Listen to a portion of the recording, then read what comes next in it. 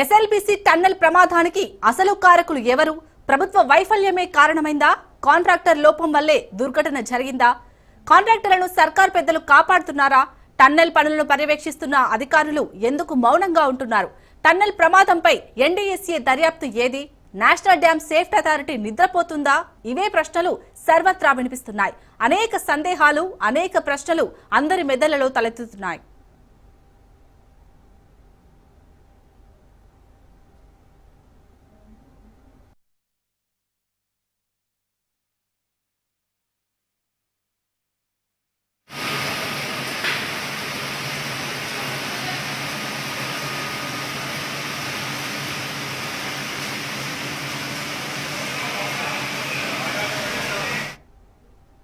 నాగర్ కర్నూలు జిల్లాలోని దోమలపెంట సమీపంలో SLBC tunnel వద్ద ప్రమాదం చోటు చేసుకుంది.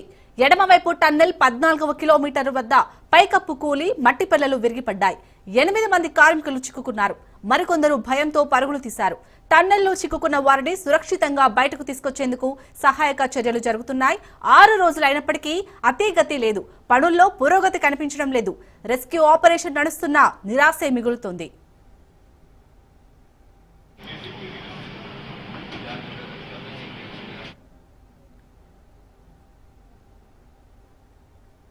ప్రజల ప్రాణాలంటే లెక్కలేదు. ప్రభుత్వంలో ఉన్నామన్నా సోయలేదు. పాలకులమన్న బాధ్యత అస్సల్లేదు. అడుగడుగునా నిర్లక్ష్యం, అడుగడుగునా అలసత్వం. ఎస్ఎల్బీసీ టన్నెల్ దుర్ఘటనలో సర్కార్ వైఫల్యం కొట్టొచ్చినట్లు కనిపిస్తుంది. 6 రోజులైనా 8 మంది కార్మికుల జాడలేదు. దీంతో ఆశగా ఎదురుచూస్తున్నాయి ఆయా కుటుంబాలు. క్షణక్షణం యుగంలా మారుతోంది.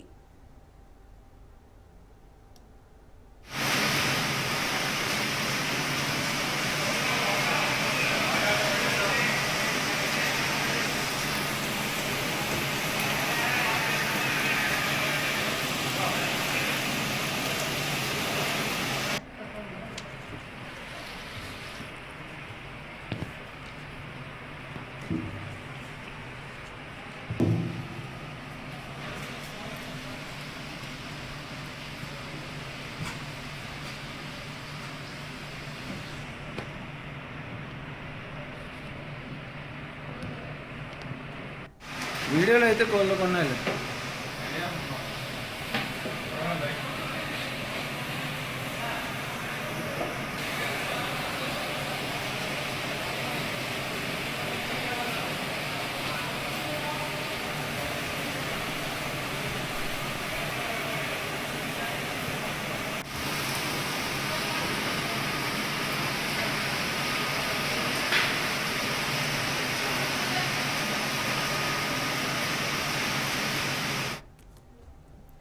ఎస్ఎల్బీసీ టన్నెల్ ప్రమాదానికి అసలు కారకులు ఎవరు? ప్రభుత్వ వైఫల్యమే కారణమైందా? కాంట్రాక్టర్ లోపం వల్లే ఈ దుర్ఘటన జరిగిందా? కాంట్రాక్టర్లను సర్కార్ పెద్దలు కాపాడుతున్నారా? టన్నెల్ పనులను పర్యవేక్షిస్తున్న అధికారులు ఎందుకు మౌనంగా ఉంటున్నారు? టన్నెల్ ప్రమాదంపై ఎన్డీఎస్ఏ దర్యాప్తు ఏది? నేషనల్ డ్యామ్ సేఫ్టీ అథారిటీ నిద్రపోతుందా? ఇవే ప్రశ్నలు సర్వత్రా వినిపిస్తున్నాయి. అనేక సందేహాలు, అనేక ప్రశ్నలు అందరి మెదళ్లలో తలెత్తుతున్నాయి.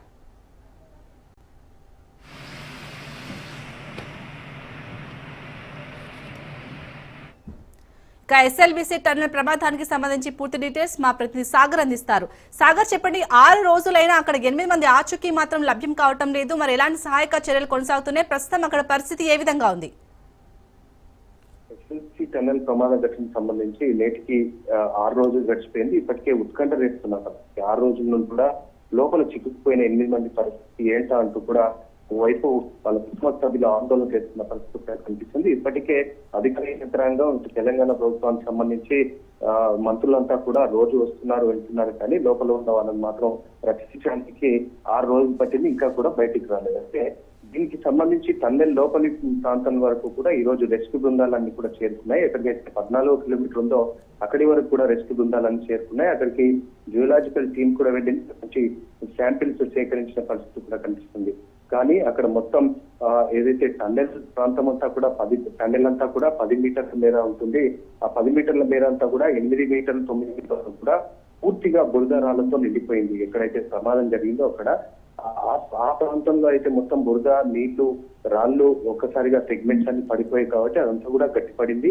ఒకవేళ ఆ ప్రాంతాన్ని అంతా కూడా తీసుకుని కదిలిస్తే ఒక్కసారిగా కూడా అవతల నుంచి వస్తున్న ఊట నీరు ఇంకా వచ్చే ప్రమాదం కూడా కనిపిస్తున్నట్టుంది. ఓవైపు టన్నెల్ కి సంబంధించి ఏదైతే టీబీఎం బోరింగ్ మిషన్ ఉందో, టన్నెల్ బోరింగ్ మిషన్, ఈ మిషన్ అంతా కూడా ఇప్పటికే ఎక్కడెక్కడ పార్ట్స్ కట్ చేసి కూడా వెల్డింగ్ తో కట్ చేసి, గ్యాస్ కట్టర్లతో కట్ చేసి బయటికి తీసుకొస్తున్న పరిస్థితి కనిపిస్తుంది. కానీ అది ఏదైతే బురదకు సంబంధించి దాన్ని ఒకసారి కదిలిస్తే ఒకటే లోపల నుంచి ఇంకా వచ్చే అవకాశం ఉన్నట్టు కూడా రెస్క్యూ బృందాలు అయితే అంచనా వేస్తున్న పరిస్థితి. మొత్తానికి అయితే కూడా ఇన్ని రోజులు అవుతున్నా కూడా ఓవైపు అధికార యంత్రాంగం ఏం చేస్తుందంటూ కూడా ప్రభుత్వం కూడా విమర్శలు అయితే గుర్తిస్తున్న పరిస్థితి. మరోవైపు ఇప్పుడు మరికొద్ది సేపట్లో కూడా మాజీ మంత్రి హరీష్ రావు అయితే ప్రాంతానికి చేరుకుంటున్నారు. ఇప్పటికే ఆయన దొమ్మలపేట కూడా వచ్చారు. అక్కడ చెక్ పోస్ట్ దగ్గర ఆయన ఆపివేసిన పరిస్థితి కూడా కనిపిస్తుంది. ఎందుకు ఆపేస్తున్నారంటూ కూడా ఆయన ప్రశ్నిస్తున్నారు. ఎస్ఎల్బిసి టన్నెల్ సంబంధించి కూడా సరైన అవగాహన, మీకు ఎటువంటి అవగాహన లేకుండా ఎందుకు ముందుకు వెళ్తున్నారంటూ ఆయన విమర్శలు చేస్తున్నారు. మేము చేసిన 10 కిలోమీటర్ల మేర వరకు కూడా ఇటువంటి సంఘటనలన్నీ కూడా చోటు చేసుకోలేదు. చాలా ప్రాజెక్టులు కూడా పూర్తి చేశాం. మీరు చేసి 4 రోజులు అవుతుంది, 4 రోజుల స్టార్ట్ చేశారు. అయినా ఎంత పెద్ద ప్రమాదం జరుగుతుంది, ఇక్కడికి సంఘటన స్థలానికి ముఖ్యమంత్రి కూడా రాలేని పరిస్థితి ఉందా అన్నట్టు కూడా ప్రశ్నించిన పరిస్థితి.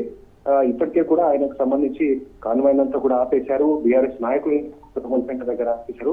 హరీష్ రావు మరి ఒక 10 మందిని ఆయనతో పాటు అనుమతించే అవకాశం కనిపిస్తుంది. కొద్దిసేపు ఆయన ఎస్ఎల్బిసి టన్నెల్ కింద టన్నెల్ ఉందో అక్కడికి వెళ్ళి పరిశీలించే కూడా దానికి సంబంధించి అధికారులు పర్మిషన్ ఇచ్చినట్టుగా కూడా తెలుస్తుంది. మొత్తానికైతే కూడా ఇన్ని రోజులు గడిచిపోయింది, అంటే దాదాపు 6 రోజులు గడిచిపోయింది.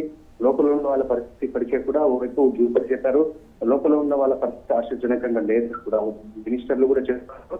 లోపల ఉన్న వాళ్ళ పరిస్థితి ఆశ్చర్యజనకంగా లేదని కూడా చెప్తున్నప్పటికీ ప్రయత్నాలను అయితే ముమ్మరం చేస్తున్నాం, సహాయక చర్యలను ముమ్మరం చేసామంటూ చెప్తున్నారు. మరో రేపు ఈవినింగ్ వరకు కూడా మొత్తానికి వచ్చే అవకాశం కూడా చెప్పుకొస్తున్న పరిస్థితి. కానీ ఓవైపు ప్రతిపక్షాలు మాత్రం విమర్శలు అయితే గుర్తిస్తూనే ఉన్నాయి.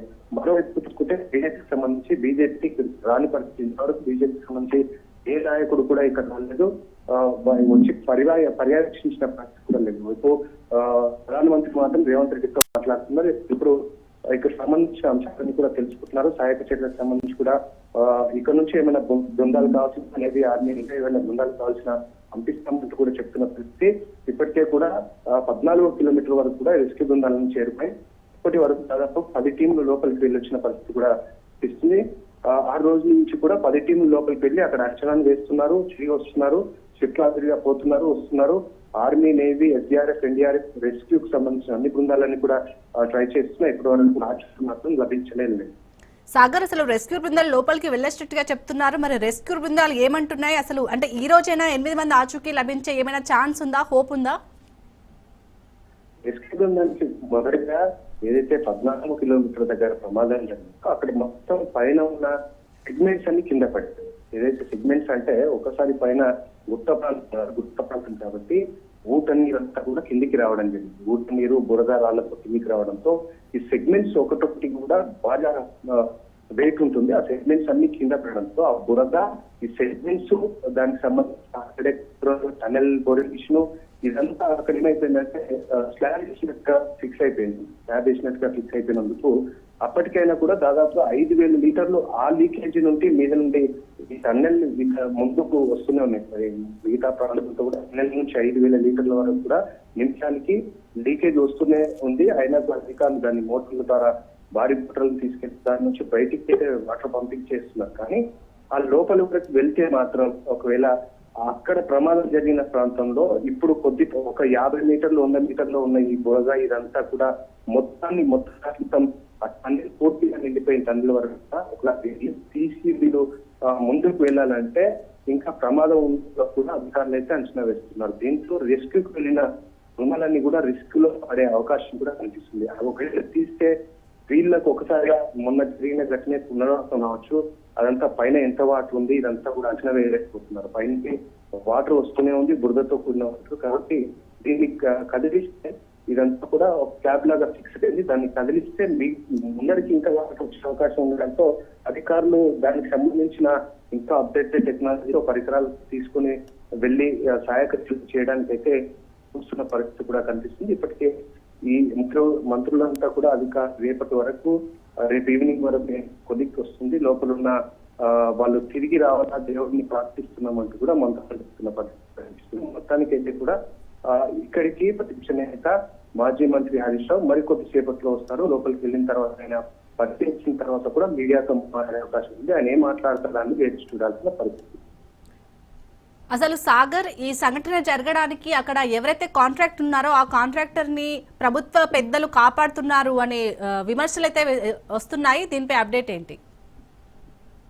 దీనికి సంబంధించి కూడా ఏదైతే జైపీ గ్రూప్స్ ఆఫ్ చైర్మన్ కూడా ఇప్పటికే ఆయన పలుమార్లు వచ్చిపోయిన పరిస్థితి కనిపిస్తుంది. జైపీ గ్రూప్ కి సంబంధించి కూడా ఇటు అధికారంలో ఉన్న కాంగ్రెస్ ప్రభుత్వం, ఇటు మంత్రులు కూడా వాళ్ళని వెనకేసుకునే వస్తున్నారు. ఎందుకంటే ఎక్కడైతే ప్రమాదం జరిగితే భద్రతా చేతుల లోపం వల్ల, లేకపోతే కాంట్రాక్టర్ల నిర్లక్ష్యం వల్ల అని ఆ కోణంలో ఆలోచన చేస్తారు. కానీ 6 రోజులు గడుస్తున్నా జైపీకి సంబంధించి, కాంట్రాక్టర్లకు సంబంధించి ఎక్కడ కూడా వారిపై ఒక వాళ్ళ లోపాలను ఎక్కడ కూడా చూడడం లేదు. వాళ్ళ తప్పిదం వల్లనే లోపల ఇదంతా జరిగింది. దాదాపు కూడా దశాబ్దాల కాలం పాటు ఇదంతా కూడా ఈ ఫైనల్ పనులు ఆగిపోయిన తర్వాత మొన్న 4 రోజులు అంటే ఈ 6 అన్న 10 రోజుల క్రితం స్టార్ట్ అయిన కొద్ది రోజుల్లోనే ఇన్ని రోజులు దశాబ్దాల కాలం పాటు కూడా టన్నెల్ పనులు ఆగిపోయినప్పుడు అదంతా కూడా ఒకసారి సర్వే చేయించుకోవాలి. దానికి సంబంధించి లోపల ఈ టన్నెల్ పొడవైన టన్నెల్, ప్రపంచంలోనే ఏదో పెద్ద టన్నెల్ కాబట్టి దీనికి సంబంధించి లోపల ఎలా ఉంది ఇదంతా కూడా పరిశీలన చేయకుండా చేసినప్పటికీ జియోలాజికల్ ఒక రింగు మాదిరిగా కూడా మీద అమర్చినప్పటికీ కూడా ప్రమాదం జరిగింది. దీనికి సంబంధించి అప్పటికే అక్కడ ఉన్న ఇంజనీర్లకు లోపలికి వెళ్ళొచ్చిన కొంతమంది నైట్ షిఫ్ట్ లో కొంతమంది కార్మికులు కూడా చెప్పడం జరిగిందంట. ఈ విధంగా ఉంది. వెళ్ళిన తర్వాత కొద్దిగా అక్కడ నుంచి నీరైతే ఎక్కువగా వస్తుంది, కొద్దిగా ప్రమాదం చూపిస్తుంది అని అంటే నిర్లక్ష్యంగా సమాధానం చెప్పి లోపలికి పంపించారని చెప్పి కూడా అక్కడ ఉన్న కార్మికులు కొంతమంది చెప్పిన పరిస్థితి కూడా కనిపిస్తుంది. అప్పటికి కూడా నెక్స్ట్ షిఫ్ట్ కార్మికులంతా కూడా పంపించారు. 8 గంటల 30 నిమిషాల ప్రాంతంలో ఇదంతా చోటు చేసుకుంది. ఈ టన్నెల్ కు ముందు భాగంలో ఉన్న 35 మంది అంతా కూడా బయటకు వచ్చారు. మిగతా 8 మంది అంతా కూడా నిల్చున్నారు. దీన్నంతా కూడా ఏదైతే లీకేజ్ అవుతుందో లీకేజ్ అవతల భాగంలో ఉండడం వల్ల వాళ్ళంతా అక్కడే చిక్కుకొని ఇరుక్కుపోయినది. వాళ్ళకి సంబంధించి ఇప్పటివరకు ఎటువంటి ఆచూకీ లేదు. వాళ్ళ ఆక్సిజన్ పైపులు ధ్వంసమై, ఇటు కమ్యూనికేషన్ వ్యవస్థ అంతా, విద్యుత్ వ్యవస్థ అంతా మొత్తం స్పందించిన నేపథ్యంలో వాళ్ళకి ఆక్సిజన్ అందించడానికి కూడా ఈ పైపులు ధ్వంసం కావడంతో 3 రోజులు పట్టింది. 3-4 రోజులు అయితే ఖాళీ ఆక్సిజన్ పైపును మరమ్మతు చేయడానికి మాత్రమే 3-4 రోజులు పట్టింది.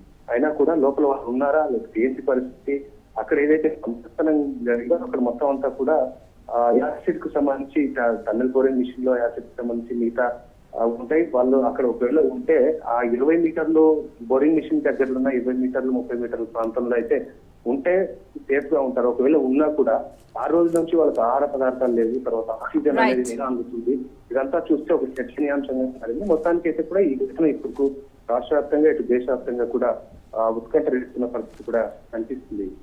Right, thank you Sagar.